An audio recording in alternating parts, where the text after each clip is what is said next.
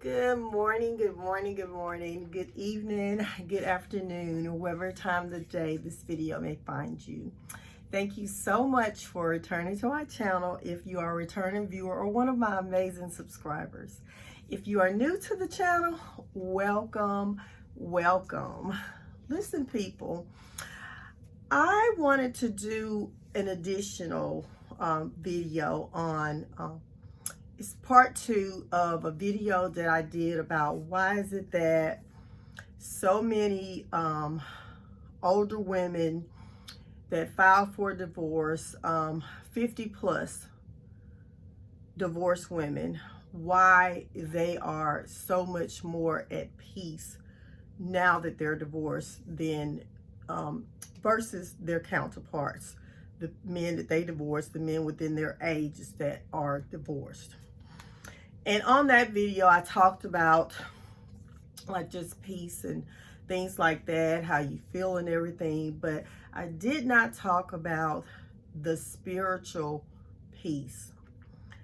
Like, people, when you have gotten out of a toxic relationship, when you have given your all to everybody, your children, your husband, your relatives, your friends, everybody, you just put yourself on the back burner. It gets to a place where all of that giving leaves no room for your relationship with you and God. You are so burned out from dealing with all of these people that's just pulling from you. And being in a marriage with someone who is supposed to lighten your load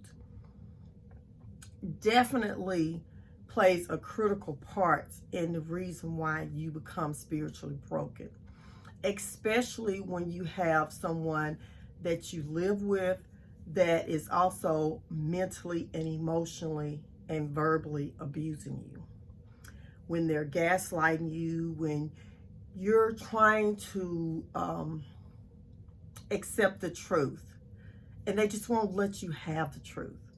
Like, this is why I really tell people that it's so important to understand that their relationship, the marriage that they had, the toxic marriage that they had, is not the only connection that they have that is keeping them from being at peace, that's keeping them from having the relationship with God that they really want to have. After you get the divorce from a toxic person, a person that they're terming as a narcissist or an avoidant, whichever one of those that, you know, that you want to say that your ex-spouse is, what they've been diagnosed with or whatever, you know. All I can say is loyal sinners. That's what I call them. Loyal sinners. They love to sin. And part of the sin is abusing other people, mentally, emotionally, verbally, and in some cases physically. But what I'm saying is, people, you cannot have a relationship with God that you want to have with Him when you have people mentally tormenting you that is under the same roof as you. When you have the person that's lying in bed with you that won't give you peace. You're fighting, trying to get in. I know a lot of people say, well, people can't take. Yeah, yes, they can. Yes, they can. Like, literally, when you trying to, okay, this thing is true. This is what's going on. This is what's going on. And somebody else keep telling you, no, it's not. No, it's not. No, it's not. That's not what's going on. You're crazy. You're lying. You're not. You know, someone is telling you all this stuff. And you're just knowing, like, you keep having things just telling you, no, this is what's going on. This is what's going on. This is what's going on. And they're just like, no, no, no, no. This is not what's going on. That's part of what they call the gaslighting. That is enough to drive you mentally insane. I mean, think about it. It's just the mind. You know, I did a video recently where I had mentioned on there, you know, when you brought up around all of that toxic stuff, when you have relatives and things that are doing that kind of stuff, you don't even realize how dysfunctional it is. And when you start trying to figure it out, because a lot of times it doesn't, that you come into that revelation doesn't happen until you start like not spending time with these people. Like when you cut that cord, when you're like, you know what, I'm not going to be fussing, arguing with them anymore. I'm not going to be worried about what they're doing anymore. I'm just going to sever myself from certain things with them to the point where so I can get peace. When your peace start coming, it's like the truth just comes out. Like it's just, and it feels so good to literally be able to say that what you know to be true is true.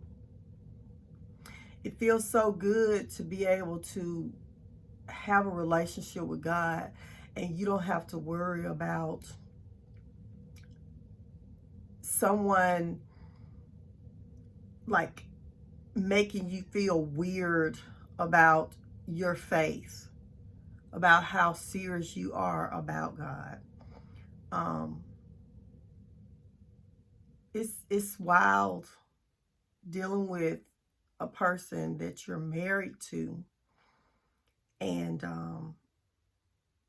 they're like your enemy. It's wild to be in a home with someone that's your enemy. You know, your home is your peace place. And toxic people, they like toxicity. They pretend like, a lot of them pretend like they don't, but they do. They love it. That's why, like, you're literally, when you're trying to talk to them and trying to resolve things, they don't want things resolved. They don't want nothing resolved. They want things to stay just as crazy as that it can be. They do not want nothing resolved. But the peace and being able to have a relationship with God,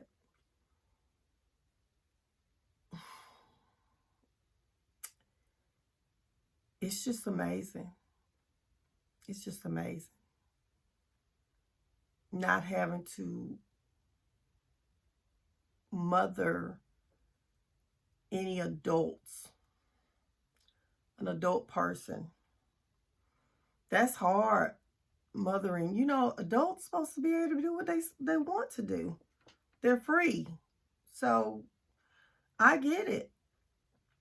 And none of us that's, unless we got a controlling issue, wanted that. We never wanted it.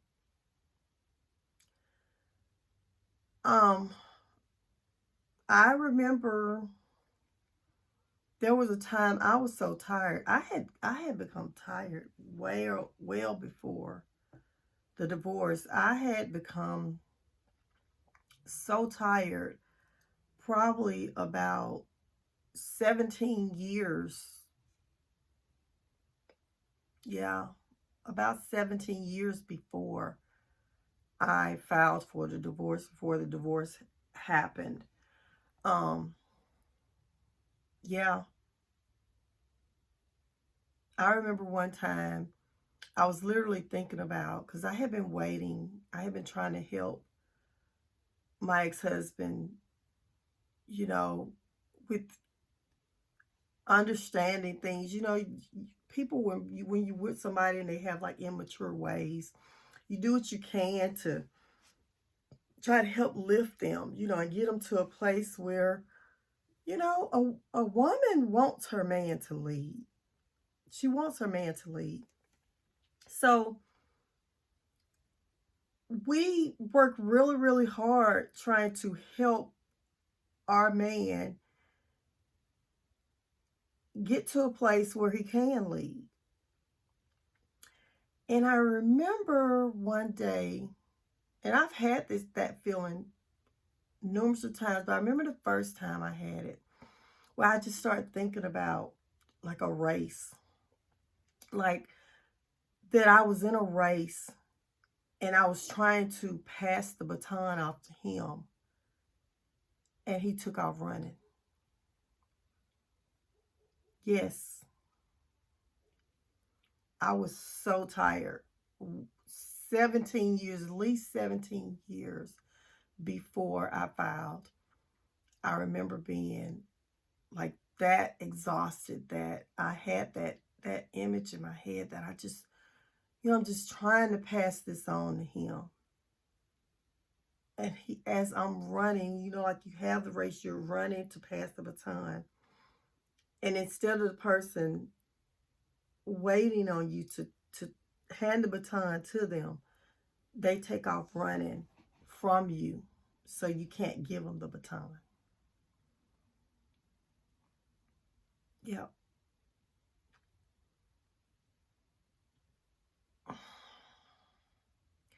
I'm telling you, if these men really, really look at, if they, which I think that a lot of them understand it now, they're just not going to say it out loud. And that's something for another video. I'm going to talk about that.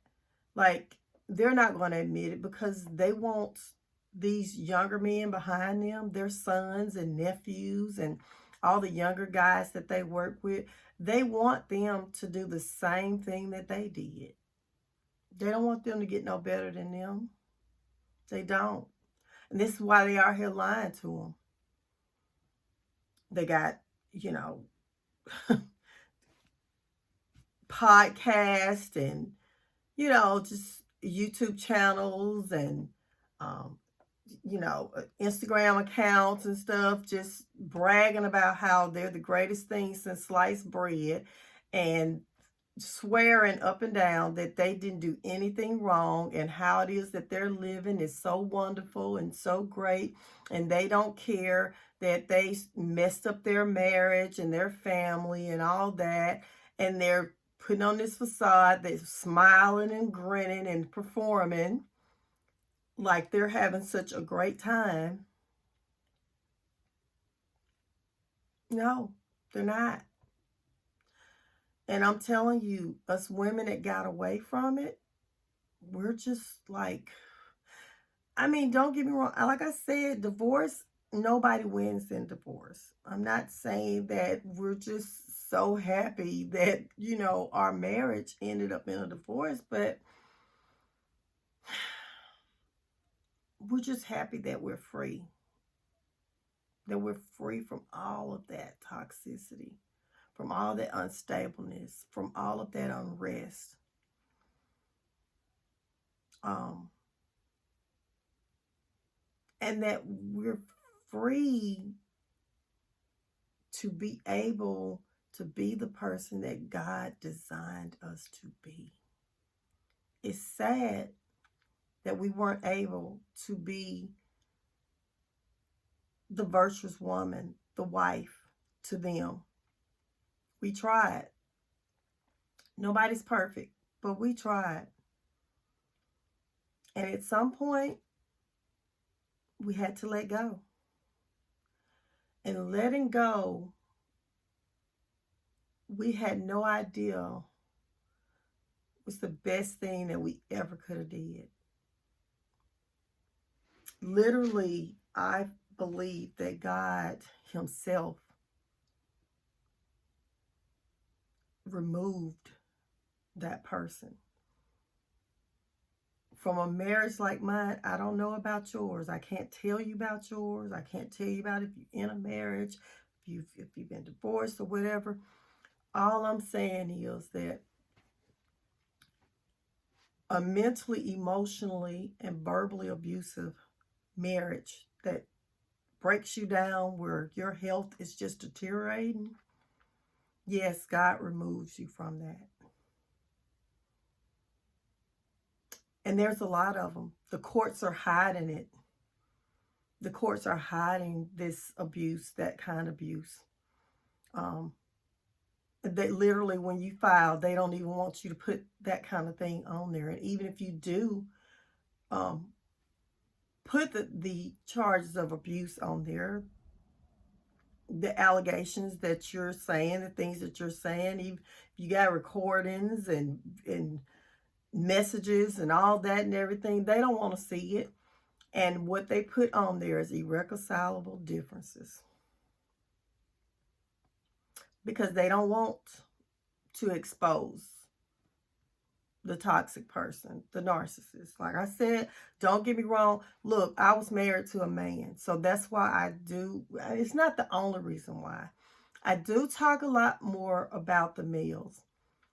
And I also don't mention that toxic masculinity, that there are women that are following the men, that are being like the toxic carnal man that the world taught the man to be. So, look, if you're a man and you were mentally, verbally, emotionally abused by your wife, I get it. And I'm not saying that that's not true. Okay? But because I was married to a man, I don't marry women. I marry, men.